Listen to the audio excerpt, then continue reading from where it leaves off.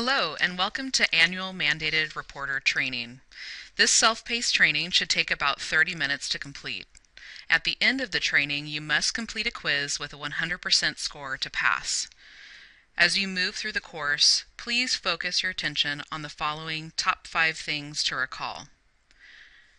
What is the Clery Act? What is a Campus Security Authority? What crimes or incidents are Clery reportable? What locations are Clery reportable? And how or where do I report an incident? The Clery Act requires colleges and universities such as UC Berkeley that receive federal funding to provide timely warnings or crime alerts, emergency notifications, and annual crime and safety statistics. The report is available at UCPD or online at safetycounts.berkeley.edu. The Act requires the campus to gather and publish crime data from multiple sources, including Campus Security Authorities or CSAs, to ensure students and others know about crimes occurring on campus. Campuses that violate the Act may be subject to fines. Campus Security Authorities, or CSAs, are considered to be mandatory reporters. As a resident assistant, you have significant responsibility for student and campus activities, which makes you a CSA. Other CSAs include campus police, or UCPD, non-police security staff, such as security coordinators and security monitors, and people or offices designated under our policy as those to whom incidents should be reported, such as the Office for the Prevention of Harassment and Discrimination.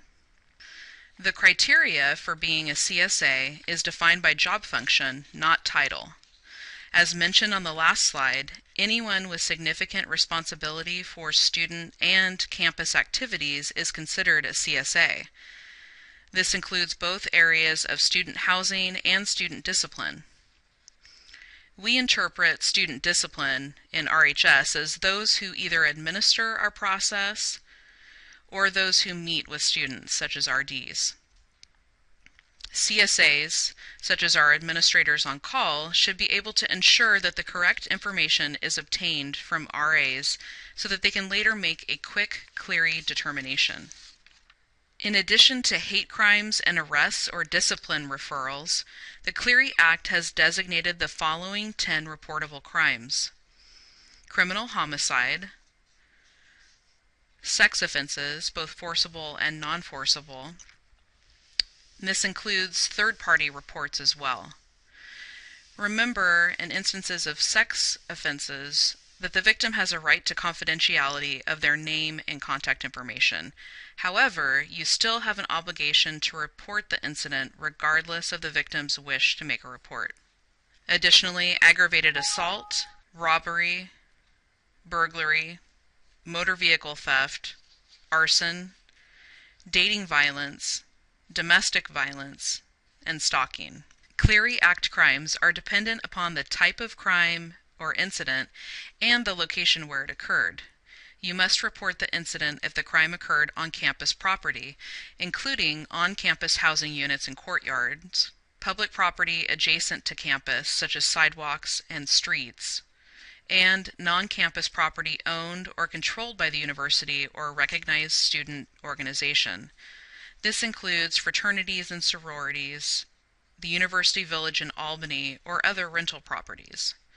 Some off-campus properties frequently used by students or student organizations, or that are in direct support of UC's educational purposes, may also be included. When in doubt, report it and consider consulting with your resident director. So, what are you required to do as a CSA? First and foremost, get the basic facts. For alcohol, weapon, or drug-related conduct referrals, you will need to write a clear incident report and advocate so a Clery determination can be made. For all in-progress crimes or incidents, call UCPD so they may begin their investigation. Lastly, an RD and UCPD will outreach to the victim to provide resource referrals and information about confidential reporting options. Writing an effective incident report and advocate is crucial to making an accurate Clery determination. You will need to document who was involved, the nature of their involvement, and their location during the incident. Try to include only the facts and statements most relevant to the violation. For alcohol, drug, and weapons referrals, the conduct violation must also be a crime to be Clery reportable, so it is especially important to be specific about location, as many alcohol crimes, for example, are location-based. When investigating a potential conduct violation, ask the person directly if they are engaging in the potential violation and document their response.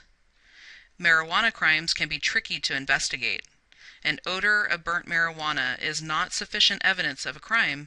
However, you can still ask questions to delve deeper. Medical marijuana is considered a conduct violation, but RAs are not trained to investigate the legitimacy of a medical marijuana card or doctor's recommendation.